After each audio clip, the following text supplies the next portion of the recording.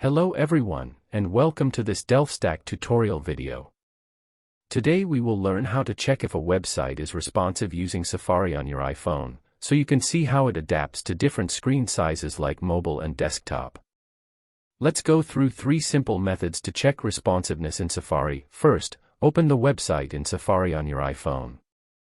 Once it is loaded, try using a simple pinch gesture on the screen. Place 2 fingers on the display and pinch in or out to zoom and observe how the content adjusts. After that, you can try rotating your phone from portrait to landscape mode. You will notice how the layout adjusts automatically based on the screen orientation. Before we continue, take a moment to subscribe to the channel and press the bell icon for more quick and helpful tutorials like this. Now for the second method, look at the address bar and tap on the rectangular icon. From there, you will see the AA menu. Tap on it, and you will notice a small A and a large A icon.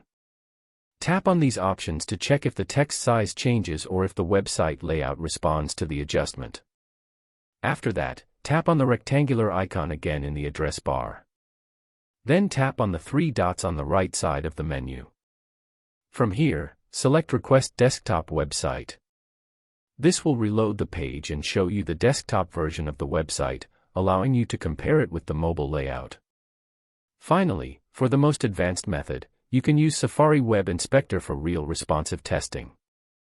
To do this, go to Settings on your iPhone, scroll down and tap on Safari, then open Advanced. Here, turn on Web Inspector. Next, connect your iPhone to a Mac using a cable.